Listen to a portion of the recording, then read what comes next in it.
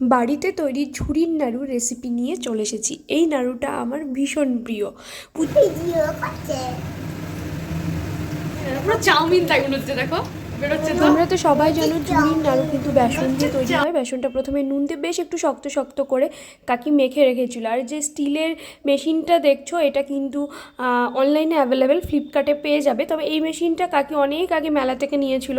আর এই গরম তেলের ওপরে না ঝুড়িগুলো বানাতে গেলে বেশ হাতে কিন্তু মানে গরম লাগে, তাই জন্য ঝুড়িগুলো কিন্তু কাকাই ভেজে দিয়েছিল। কাকা খুব তাড়াতাড়ি পারে করতে। তো মোটামুটি 750 বেসনের ঝুড়ি বানিয়েছি, দেখতে পাচ্ছ কতটা পরিমাণে হয়েছে। তো আমি কাকিকে বলেছিলাম ফালাকাটা নিয়ে আসবো ঝুড়ির নাড়ু। আর গুড় যত ভালো হয় ঝুড়ির নাড়ু কিন্তু তৈরি করতে তত সুবিধা হয়। কিন্তু আমাদের গুড়টা না অতটাও ভালো ছিল না, কেমন একটা পাক দেওয়া যাচ্ছিল না, মানে গরম গরম অবস্থাতেই করে নিতে হচ্ছিলো, নাহলে কেমন ছেড়ে ছেড়ে যাচ্ছিলো। কিন্তু কাকি তো নাড়ু বানিয়েই ছাড়বে, কেননা আমি তো বলেছি ফালাকাটা নিয়ে আসবো, তাই জন্যে।